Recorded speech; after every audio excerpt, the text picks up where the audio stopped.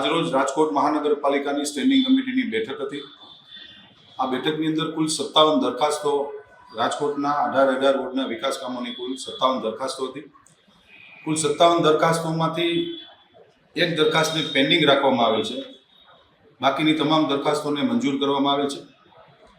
ખાસ કરીને 238 કરોડ 49 લાખ જેવી માતબર રકમના ખર્ચે રાજકોટના 18 વોર્ડના તમામ ડિપાર્ટમેન્ટોનો આજે દરખાસ્ત મંજૂર કરવામાં આવેલ છે, જેની અંદર નવા રોડ રસ્તાના રીકાર્પેટના કામો છે, સોલિડ વેસ્ટ મેનેજમેન્ટના કામો છે, નવા આરોગ્ય કેન્દ્ર, નવા પાર્ટી પ્લોટ બનાવવાના, પછી રોશનીની દરખાસ્ત, તમામ વિભાગોને આવરી લેતી આજની રાજકોટ મહાનગરપાલિકાની સ્ટેન્ડિંગ કમિટીની બેઠક હતી। આ બેઠકની અંદર ભારતીય જનતા પાર્ટીના સર્વે કોર્પોરેટરોની સંમતિથી કુલ 57 દરખાસ્તમાંથી 56 દરખાસ્તને અમે લોકો આજે મંજૂરી આપી છે અને એક દરખાસ્તને વધુ અભ્યાસ અર્થે પેન્ડિંગ રાખવામાં આવી છે। સર્વેશ્વર ચોકમાં જે બોક્સ કલવર્ટ વોકડો જે આપણે બનાવી રહ્યા છીએ એમાં ખર્ચ વધારા માટેની દરખાસ્ત હતી, જે વધુ અભ્યાસ અર્થે અમે લોકો પેન્ડિંગ રાખી છે।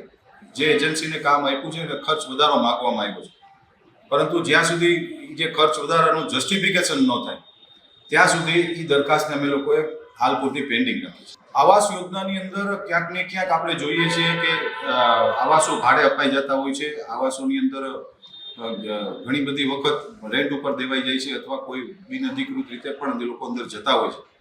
એના માટે રાજકોટ મહાનગરપાલિકાએ આજે એક સ્ટ્રોંગ પોલિસી બનાવી છે। પ્રથમ વખત કોઈ પણ વ્યક્તિનું જે આવાસ, કારણ કે ભારતીય જનતા પાર્ટીની માનનીય નરેન્દ્રભાઈ મોદી સાહેબની કેન્દ્રની સરકાર હોય કે રાજ્યમાં ભારતીય જનતા પાર્ટીની સરકાર માનનીય ભૂપેન્દ્રભાઈ પટેલ સાહેબની સરકાર હોય, જરૂરિયાતમંદ ગરીબ પરિવારો માટે એકદમ નજીવા દરે આવાસ યોજનાઓ, જે પ્રાઇવેટ ફ્લેટ બને છે એ પ્રકારના આધુનિક આવાસ યોજનાઓ અમે લોકો બનાવી રહ્યા છીએ અને ભૂતકાળમાં પણ બનાવી છે।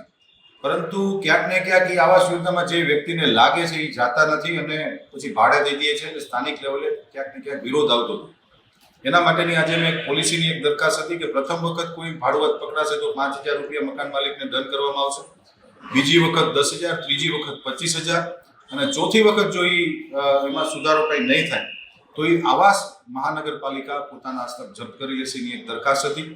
કારણ મેં જેમ કીધું એમ જરૂરિયાતમંદ ગરીબ પરિવારો માટે ખૂબ સારા ફ્લેટો અમે લોકો બનાવ્યા છે અને આવનારા દિવસોમાં પણ નવી આવાસ યોજનાઓ રાજકોટમાં બની રહી છે। તો જરૂરિયાતમંદ પરિવારો રહે એના માટેની અમારી આ મુહિમ છે, પરંતુ ક્યાંક ને ક્યાંક રેન્ટ ઉપર આપીને આવાસ યોજનાઓમાં ન્યુસન્સ ઊભું થતું હોય છે, કારણ કે લોકો સ્થાનિક લેવલે ખૂબ વિરોધ આવતો હતો, વારંવાર અહીંયા ડેલિગેશનો આવતા હતા કે ભાઈ ફલાણા ભાઈ ભાડે રહે છે અને અમને હેરાન કરે। એના માટેની એક પોલિસીની દરખાસ્ત જે આજે આપણે મંજૂર કરી છે।